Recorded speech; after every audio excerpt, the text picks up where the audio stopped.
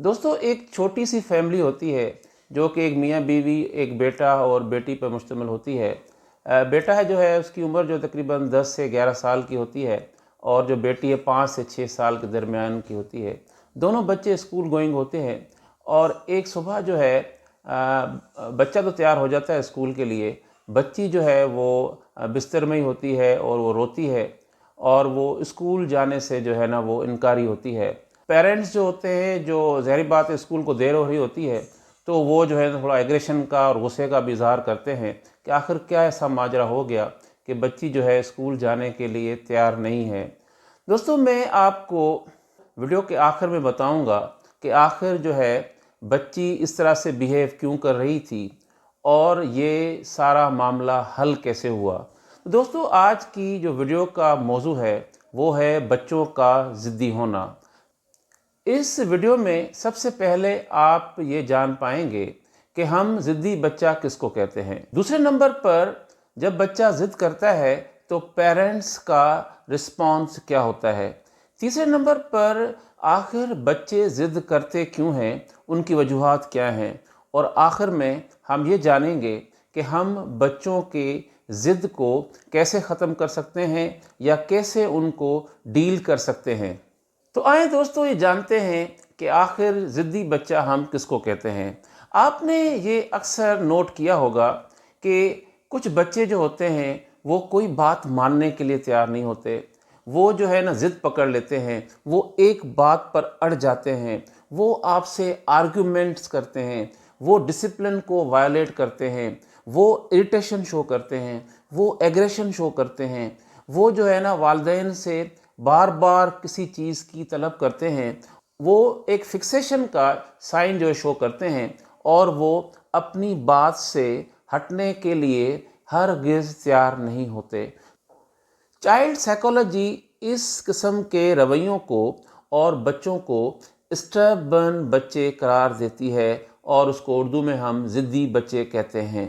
दोस्तों, आपने ये अक्सर देखा होगा कि पेरेंट्स की तरफ से और टीचर्स की तरफ से 3 किस्म के रिस्पॉन्स आ सकते हैं जब भी कोई बच्चा उनके सामने ज़िद करता है।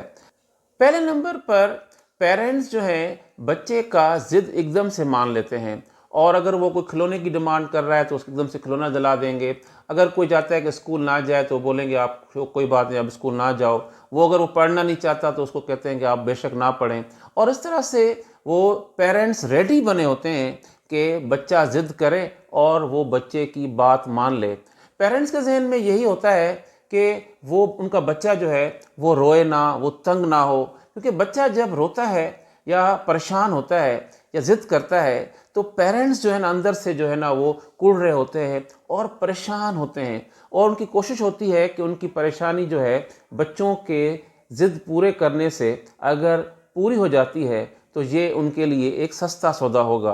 दोस्तों, दूसरे नंबर पर जो पेरेंट्स होते हैं वो बहुत सख्ती करते हैं बच्चों पे, उनको टॉन्ट करते हैं, उनको डांटते हैं। और कुछ पेरेंट्स तो ऐसे होते हैं कि बच्चों की मार कुटाई तक करने शुरू हो जाते हैं और उसके बाद जो है रिज़ल्ट जो है कुछ भी निकले वो सिचुएशन के ऊपर डिपेंड करता है।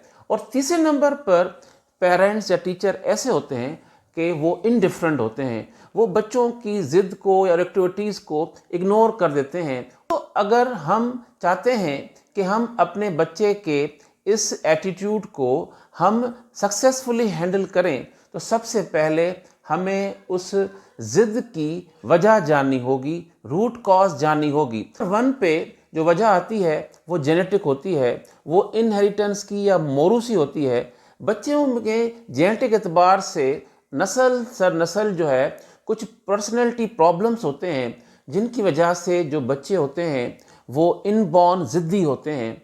और दोस्तों, दूसरे नंबर पर फिजियोलॉजिकल रीजंस आते हैं, उनको हम नॉर्मल रीजंस भी कह सकते हैं। मोस्टली बच्चों की न्यूट्रिशनल डेफिशिएंसी की वजह से, उनकी ग़िज़ाई जो है डेफिशिएंसी की वजह से उनकी ब्रेन की डेवलपमेंट सही हो नहीं पाती, तो उस वजह से बच्चे ज़िद शो कर। बच्चों की नींद पूरी ना होना, बच्चों के ऊपर पढ़ाई का बहुत ज़्यादा स्ट्रेस होना, बच्चों का स्पोर्ट्स में या पढ़ाई में या किसी और एक्टिविटी में फेल्यूर हो जाना, बच्चों की जो सिबलिंग राइवलरी होती है اپنے بہن بھائیوں کے ساتھ ان کا ایک ہوسٹائل ایٹیٹیوڈ ہوتا ہے، ایک سینس آف کمپٹیشن ہوتا ہے، اس میں بھی بچے جو ہے نا وہ ضد کر رہے ہوتے ہیں۔ وہ بھی بچے ضد کرتے ہیں جو کہ کسی سائیکالوجیکل ڈس آرڈر کے شکار ہوتے ہیں، ان کے جو ہے برین کی ڈیولپمنٹ اس طرح کی نہیں ہوئی ہوتی، یا ان کا جو برین ہوتا ہے کسی بھی وجہ سے انڈر ڈیولپمنٹ ہوتا ہے، اور ان کی جو مینٹل کیپیسٹی ہوتی ہے وہ اتنی نہیں ہوتی کہ جو وہ چیزوں کو ہینڈل کر پائیں اور ان کو سمجھ پائیں، اور ریزلٹنٹلی وہ بچے جو ہے اپنا جو ایکسپریشن ہوتا ہے اس اسٹریس کا وہ غصے کی شکل میں ظاہر کرتے ہیں۔ جو سوشل انوائرمنٹ بچے کا ہوتا ہے وہ بھی بچے کو ضدی بنانے میں بہت اہم کردار ادا کرتا ہے۔ سب سے پہلے جو ہے والدین کا جو ایٹیٹیوڈ ہوتا ہے، والدین کی جو پرسنالٹی ہوتی ہے، والدین کا جو تربیت کرنے کا انداز ہوتا ہے، کافی پیرنٹس جو ہوتے ہیں وہ اوور پروٹیکٹیو ہوتے ہیں، اوور کیئرنگ ہوتے ہیں، وہ اپنے بچے کو 5 سیکنڈ کے لیے بھی روتا ہوا نہیں دیکھ سکتے، اور ان کے بچے جو ہوتے ہیں وہ والدین کی اس نیچر کو سمجھ جاتے ہیں اور ان کے اندر ایک فکسیشن ہو جاتی ہے۔ ایسے بچوں کو پتہ ہوتا ہے کہ میں اگر والدین سے یہ ضد کروں گا تو یہ میری ضد پوری ہو جائے گی، اور بچے اس چیز کو ایک گیم کے طور پر لے لیتے ہیں۔ دوسرے نمبر پر جو پیرنٹس بچوں پر بہت زیادہ غصہ کرتے ہیں، شاؤٹنگ کرتے ہیں، ٹانٹ کرتے ہیں، تو اس کی وجہ سے بھی بچے جو ہے نا وہ بہت غصے کا اظہار کرتے ہیں۔